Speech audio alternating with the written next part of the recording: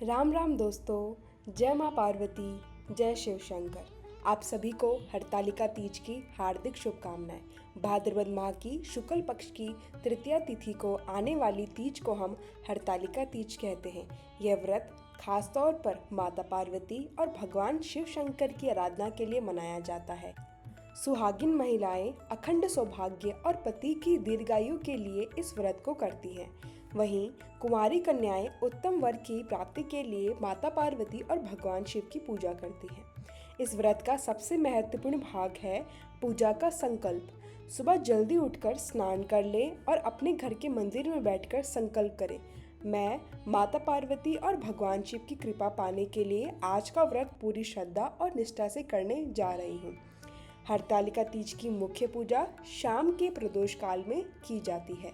शाम के समय सबसे पहले हम चौकी लगाएंगे। चौकी पर लाल रंग का वस्त्र बिछाएं और अपनी इच्छा अनुसार फूलों, रौली, अक्षत या रंगोली से उसे सुंदर तरीके से सजाएं। फिर चौकी पर फूलों का आसन बिछाकर शिव परिवार को विराजमान करें। अगर आपके पास शिव परिवार की फोटो है तो उसे रखें और परंपरा के अनुसार मिट्टी से गणेश जी, भगवान शिव और माता पार्वती की मूर्तियां बनाकर भी स्थापित करें। विशेष आकार देना बिल्कुल भी आवश्यक नहीं है, साधारण रूप से बनाई मूर्तियां भी मान्य है। चाहे तो तीनों को पिंडी के रूप में भी आप बना सकते हैं। अब हम चौकी के पास कलश स्थापना करेंगे। इसके लिए चावल की ढेरी बनाकर उसके ऊपर जल से भरा हुआ कलश रखें। कलश में आप डालिए हल्दी, सुपारी, सिक्का, थोड़े फूल, लौंग, इलायची और थोड़े अक्षत या चावल। इसके बाद कलश में आम के पत्ते लगाएं। अगर आम के पत्ते ना मिले तो अशोक के या पान के पत्ते भी लगा सकते हैं। सभी पत्तों को तिलक करके कलश में सजाएं। कलश के ऊपर एक प्लेट रखें जिसमें कोई अनाज भरे, जैसे गेहूं, चावल या बाजरा रखें। उस थाली पर एक दीपक रखें और दीपक में 2 बत्तियां जलाएं। अब जान लेते हैं पूजा विधि। सबसे पहले जल के छींटे लगाकर स्थान का शुद्धिकरण जरूर करें।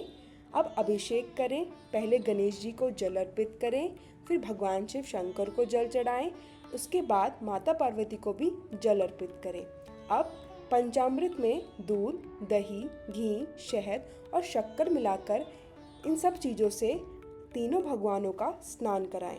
यदि पंचामृत ना हो तो कच्चे दूध भी आप अर्पित कर सकते हैं। अंत में पुनः जल अर्पित जरूर करें। इस तरह 3 बार अभिषेक करें। अब तिलक करें। गणेश जी और माता पार्वती को रोली से तिलक करें। भगवान शिव को केवल चंदन का तिलक लगाएं। कलश और दीपक को भी तिलक करें। तिलक के बाद साबुत चावल चढ़ाएं। ध्यान रहे टूटे हुए चावल नहीं चलेंगे, केवल साबुत चावल ही होने चाहिए। इसके बाद फूल अर्पित करें। माता पार्वती को लाल रंग के फूल अर्पित करना विशेष शुभ माना जाता है। गणेश जी और शिव जी को जनेऊ अथवा कलावा चढ़ाएं। माता पार्वती को चुनरी उड़ाएं और सुहाग सामग्री चढ़ाएं। यथाशक्ति 16 श्रृंगार चढ़ाएं। यदि संभव ना हो तो कम से कम 2 वस्तुएं अवश्य अर्पित करें। भगवान शिव को उनकी प्रिय वस्तुएं अवश्य अर्पित करें, जैसे बेलपत्र, भांग, धतूरा, मदार, समीपत्र। जंगल में माता पार्वती ने इन्हीं वस्तुओं से भगवान शिव की पूजा की थी, इसलिए इन्हें आज भी चढ़ाना अति शुभ माना जाता है। अब इन्हें भोग लगाएं। आटे से बनी मिठाइयाँ, मीठी पूरी, पकवान आदि या ऋतु फल जैसे ककड़ी अवश्य होनी चाहिए। अन्य मौसमी फल भी आप चढ़ा सकते हैं। भीगे हुए चने, इन्हें विशेष शुभ माना गया है, इसलिए एक दिन पहले चने भिगोकर अवश्य रखें। भोग चढ़ाने के बाद जल अर्पित करें और दक्षिणा भी जरूर रखें। अब माता पार्वती का श्रृंगार करें। माता को सिंदूर चढ़ाएं। जितनी बार सिंदूर अर्पित करें उतनी बार बाद में स्वयं सुहाग लेना होता है। माता को मेहंदी, काजल, बिंदी और अन्य सुहाग की सामग्री अवश्य चढ़ाएं और प्रार्थना करें, हे माँ पार्वती, जैसे आपका सुहाग अखंड है वैसे ही हमें भी अखंड सौभाग्य का आशीर्वाद प्रदान करें। पूजा के बाद अपने हाथ में चने या चावल लेकर हरतालिका तीज की कथा सुने।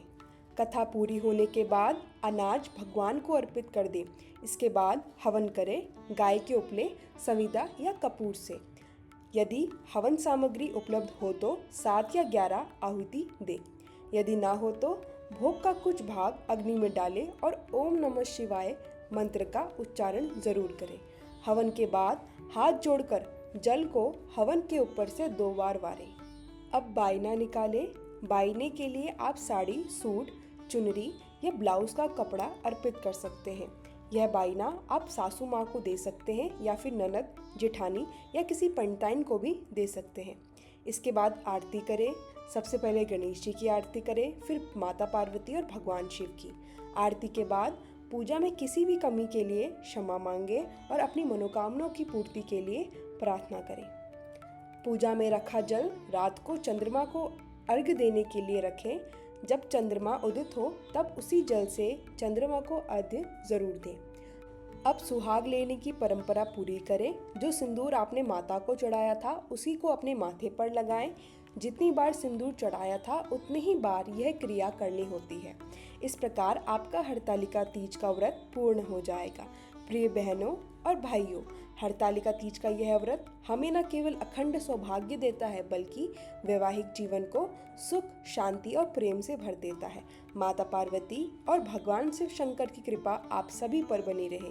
अगर ये जानकारी आपको पसंद आई हो तो कृपया वीडियो को लाइक और शेयर करें और हमारे चैनल को सब्सक्राइब करें ताकि आपको ऐसे ही सभी व्रत और त्योहारों की सही विधियाँ मिलती रहें। तब तक के लिए राधे राधे।